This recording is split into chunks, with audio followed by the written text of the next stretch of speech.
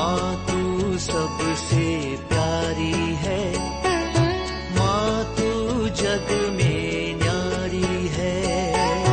माँ तू सबसे प्यारी है, माँ तू जग में न्यारी है। अपने आंचल में रखना, अपने आंचल में रखना। हमें वरदानों से भरना। माँ तू सबसे प्यारी है, माँ तू जग में न्यारी है। माँ तू सबसे प्यारी है, माँ तू जग में न्यारी है। पिता, पुत्र और पवित्र आत्मा के नाम पर आमीन। आप सबों को जय यीशु। नशे के कारण अनेकों लोगों का घर परिवार टूटे हैं, अनेक लोगों का जीवन बर्बाद हुए हैं। आज हम लोग नशा हमारे जीवन को बर्बाद करने वाला वो किस किस प्रकार हमारे जीवन को बर्बाद करता है, परिवार को बर्बाद किया है, इस पर थोड़ी देर मनन चिंतन करेंगे। अनेकों लोग मुझे लिखा है, नशे के कारण हमारा परिवार टूटे हैं, नशे के कारण घर में शांति नहीं है, नशे की मुक्ति के लिए प्रार्थना मांगते हैं। और अनेकों लोगों ने आग्रह किया नशे के विषय में क्लास लीजिए। मैं इससे पूर्व में भी नशे के विषय में क्लास ले चुका है। अब मैं चाहता हूं कुछ और क्लास इसके विषय में लूं, क्योंकि नशे के कारण अनेकों लोगों का जीवन आज बर्बाद है, नष्ट है। चाहे बच्चे हो या बड़े, चाहे स्त्री हो या पुरुष, नशे में अपने जीवन को, परिवार को बर्बाद किया हुआ। माता पिताओं का नशे के कारण संतान बर्बाद हुआ। अनेकों ऐसा उदाहरण मिलेगा। ये जो नशा है जीवन को बर्बाद करके रखा है। ऐसे अनेकों अनाथ बच्चा मिलेगा, माता पिता नशे के कारण मर गया। ऐसे अनेकों विधवा मिलेगा, अपने जीवन साथी नशे के कारण मर गया है। युवावस्था में ही मरे हुए अनेकों लोगों का कहानी मुझे मालूम है। युवावस्था में 20-25 साल की उम्र में नशे के कारण जो अंदरूनी अंग, कलेजा, ये सब नष्ट होकर के मरने वाला। अनेकों लोग काम करने योग्य नहीं, बीमार है, पागल है नशे के कारण। और केवल बच्चे अनाथ हुआ, इसके एक और अर्थ में कई बार समझाता हूं। माता पिता नशे में पड़े हैं, बच्चों का देखभाल नहीं करते हैं। माता पिता है लेकिन बच्चों का ध्यान नहीं रखते हैं। वो अनाथ बच्चे से भी बढ़कर के हैं। ऐसे बच्चों को अन्य लोग बर्बाद करते हैं। जिन माता पिताओं नशे में पड़े हैं, बच्चों के ऊपर ध्यान नहीं है, ऐसे बच्चे बचपन से बर्बाद होकर के। और उसी प्रकार नशा करने वाला पति अपने पत्नी को इस प्रकार विधवा बना देते हैं। ऐसे कई कहानी मुझे मालूम है। जो पति अपने दोस्त के साथ घर में नशा करता है और उस दोस्त के द्वारा पत्नी का साथ गलत काम होना, पति को नशे में सोने का जो दवाई वगैरह डाल करके सुला दिया, इसके साथ रात भर पत्नी के साथ रहने वाले। हम लोग यदि प्रवक्ता ग्रंथ अध्याय 11 वाक्य 31 को पढ़ें, वहां पर लिखा हुआ है हर एक व्यक्ति को घर में नहीं लाना, हर एक व्यक्ति को नहीं लाना घर में। इस प्रकार जो घर को दारू का अड्डा बना करके अनेकों का घर ऐसा उजड़ा है, बर्बाद हुआ है। जो दोस्ती बना करके जो घर में आते हैं, पीते हैं, ताश खेलते हैं, इस प्रकार का दोस्ती के द्वारा अनेकों ऐसा जाल बिछाते हैं, उस घर के बेटी बच्चे सबको बर्बाद करके जाते हैं। इसलिए हमारे घर को इस प्रकार का नशे का जगह नहीं बनाना है। ये जो गिद्ध है जो आते हैं घर के बच्चों को नोचने के लिए, बर्बाद करने के लिए, आपके साथ बड़े दोस्ती बना करके जरूर आते हैं, लेकिन ऐसे नशे करने वालों का घर इस प्रकार बर्बाद हुआ। कई लोग बोलते हैं ये हमारा संस्कार है, हमारा संस्कार है, हम लोगों का, सब लोग ऐसे आदिकाल से पी करके आया है।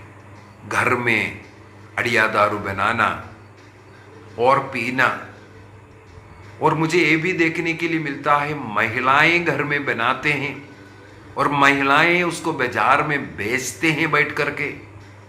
इसके बाद वही महिला बैठ करके फिर रात को रोते हैं। स्वयं ऐसा गलती करने वाले कई लोग हैं, स्वयं बनाकर दूसरों को पिलाते हैं और उसी के द्वारा घर बर्बाद होते हैं।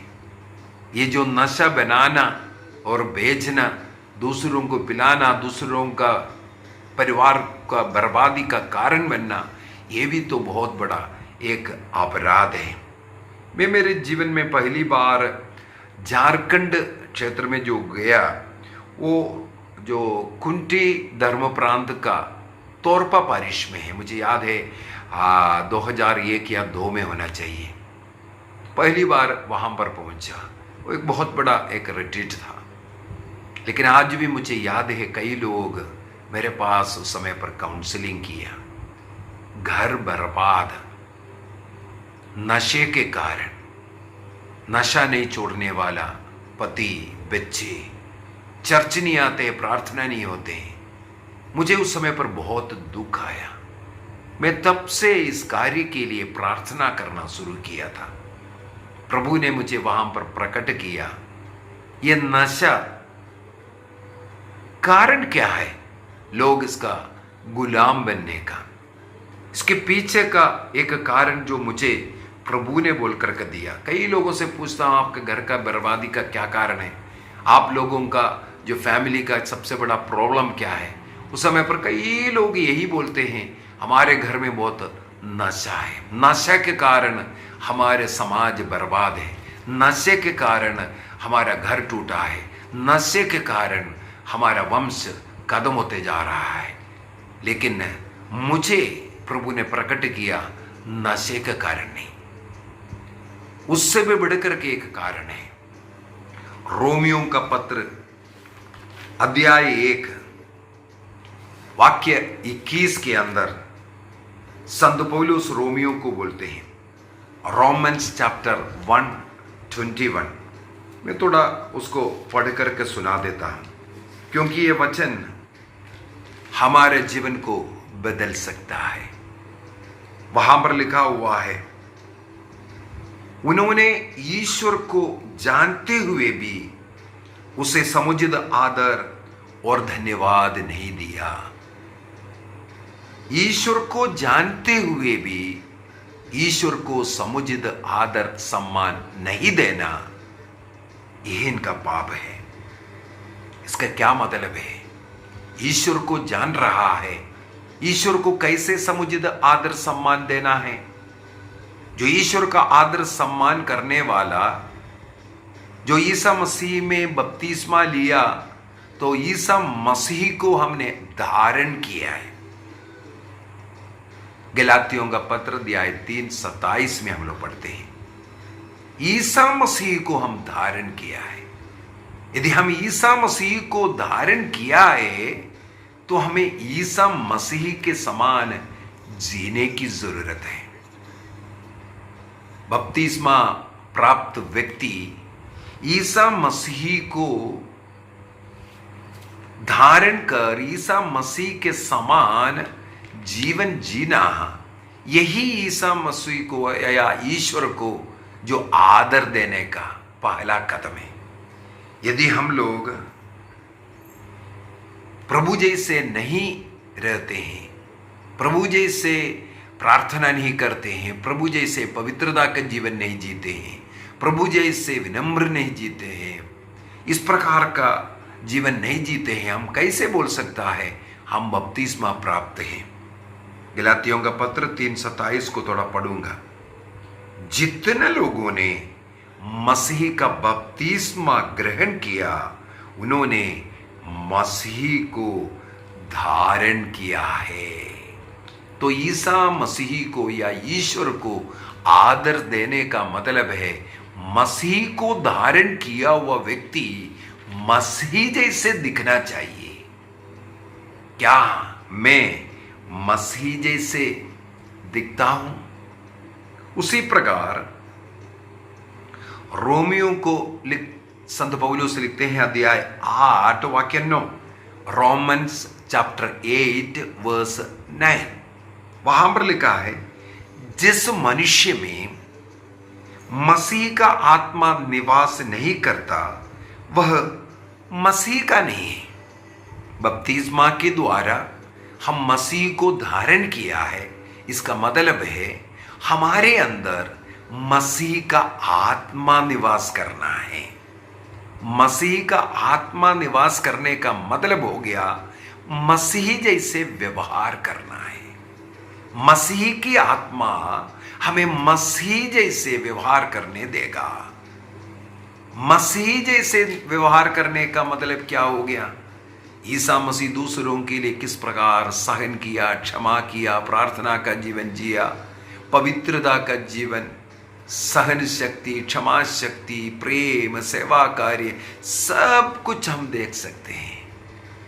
पियक्कड़ बन करके नहीं, लड़ाई झगड़ा कर करके नहीं, ईश्वर से दूर रह करके नहीं, प्रार्थना भक्ति नहीं, अपने घर में प्रार्थना नहीं, चर्च में हर इतवार को चर्च नहीं जाते हैं, पाप स्वीकार नहीं करते हैं, इसका कोई जरूरत नहीं, ऐसा बोल करके घूम रहे हैं, ईश निंदा का पाप। तो रोमियो के लिखते हुए संत पौलुस सबसे पहले कहते हैं ईश्वर को उचित आदर सम्मान नहीं दे रहा है और ईश्वर को धन्यवाद नहीं देते। धन्यवाद देने वाला हर इतवार को चर्च जाना है, वो प्रभु का दिन है। ईश्वर ने 7 दिन बनाया, 6 दिन काम करो और 7वां दिन प्रभु का दिन, प्रभु के आदर में मंदिर जाना है, बलि अर्पित करना है, योग्य रीति से परम प्रसाद को ग्रहण करना है। यदि हम प्रभु को धारण किया है, प्रभु का रूप हमारे अंदर दिखना चाहिए। अन्य लोगों के साथ व्यवहार कैसे करते हैं? तो इस प्रकार प्रार्थना की कमी, पारिवारिक प्रार्थना नहीं, चर्च नहीं जाते, तब क्या होता है? जब हमने इस प्रकार ईश्वर को त्यागा, ईश्वर ने भी हमें हमारा घृणित वासनाओं में जोड़ दिया। रोमियो का पत्र अध्याय 1 वाक्य 26 में यह लिखा हुआ है। जब मनुष्य ने ईश्वर को छोड़ा, अर्थात प्रार्थना नहीं करते, बाइबल नहीं पढ़ते, बाइबल नहीं सुनते हैं, चर्च में जाते नहीं हैं, पाप स्वीकार नहीं करते हैं, इस प्रकार का जिंदगी जी रहा है, अपना मनमाना जिंदगी जी रहा है, तब प्रभु ने क्या किया?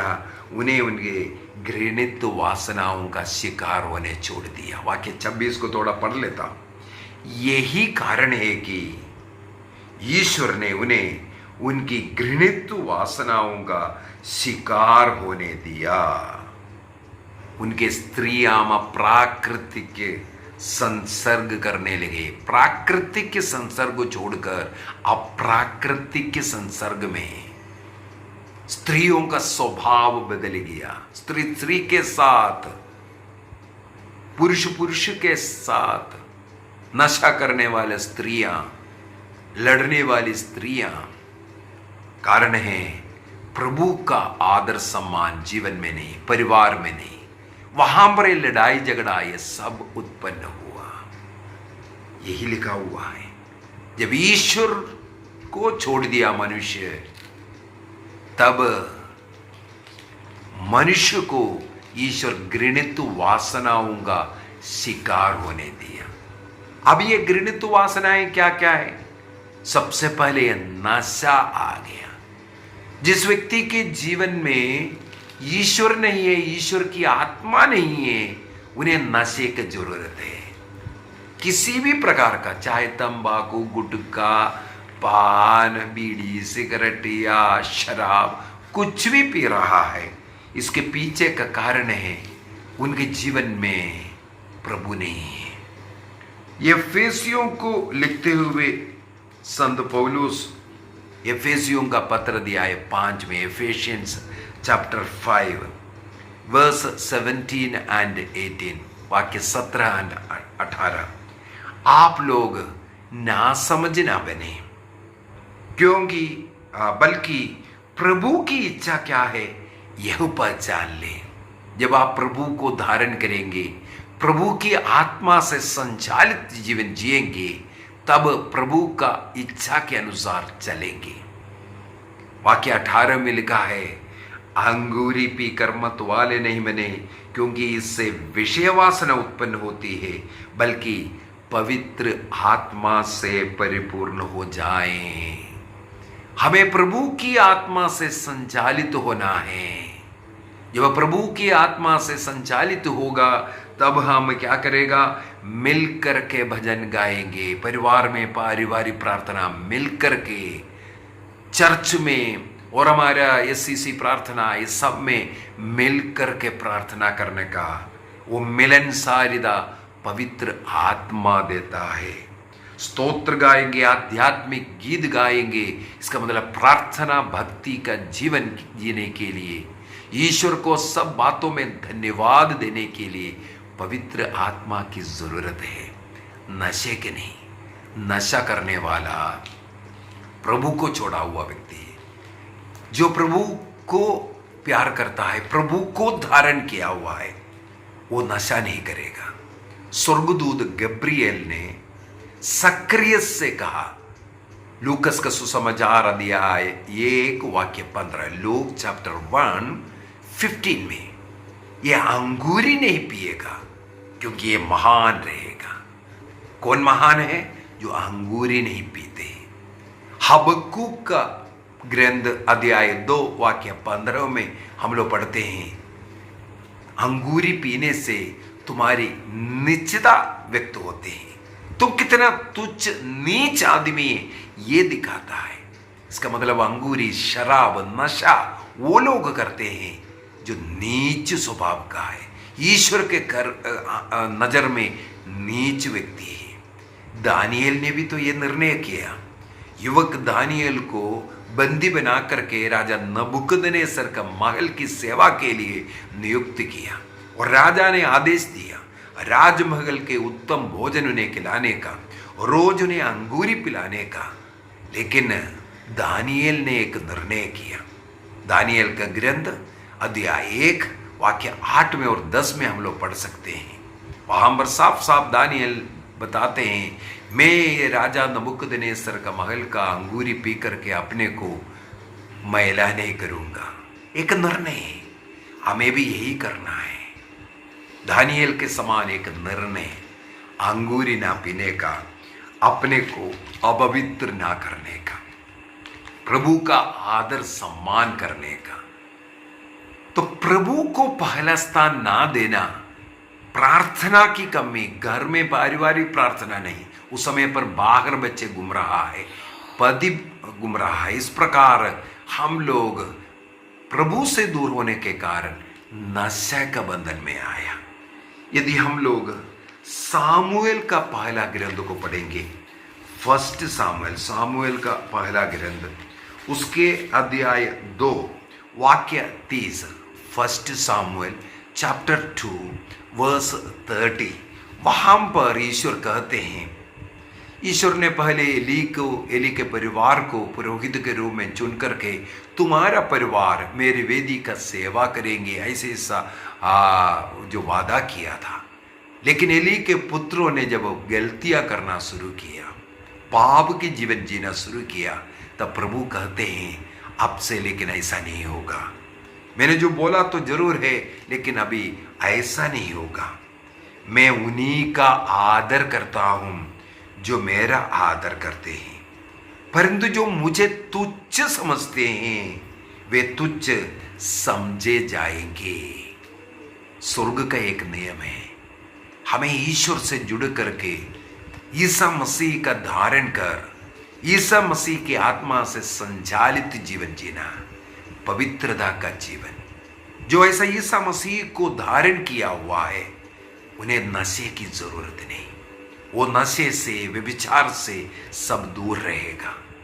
जो ईश्वर से दूर है वो अंधविश्वास में, मूर्ति पूजा में, अन्य ऐसे चीजों में लगे रहेगा। ईश्वर में विश्वास नहीं, इसलिए वे प्रार्थना नहीं करता। ईश्वर में विश्वास नहीं, इसलिए वो चर्च नहीं जाता। ईश्वर में विश्वास नहीं, परम प्रसाद रूपी प्रभु ईसा मसीह में विश्वास नहीं, इसलिए अयोग्य रीति से इसे ग्रहण करता है। इस कारण हम बर्बाद हो रहा है। तो नशे का कारण प्रार्थना की कमी। प्रभु को धारण किया हुआ व्यक्ति नशा नहीं करेगा। जिसमें ईसा मसीह की आत्मा नहीं है वो ईसाई नहीं है। ईसा मसीह की आत्मा जिसमें है, ईसा मसीह का स्वभाव को धारण करना है। निर्णय कीजिए। आइए आंखें बंद करें। हम कल के क्लास में नशे का परिणाम के विषय में सुनेंगे। आज एक निर्णय करें, नशे का जरूरत केवल उन्हीं को है जो ईसा मसीह से, ईश्वर से संयुक्त जीवन नहीं जी रहा।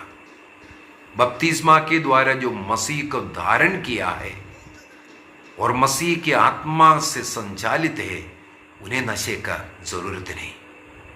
मतलब नशा वे करेगा जो इस प्रकार का जीवन नहीं जी रहा है, आत्मिक जीवन नहीं जी रहा है, केवल दिखावा मात्र, बाहर कपड़ा पहन रहा है लेकिन अंदर ईश्वर के समान नहीं। निर्णय कीजिए एक अच्छा जीवन जीने का, पवित्र जीवन जीने का, नशे से दूर रहने का निर्णय कीजिए। पिता, पुत्र और पवित्र आत्मा के नाम पर आमीन। आप सबों को जय यीशु।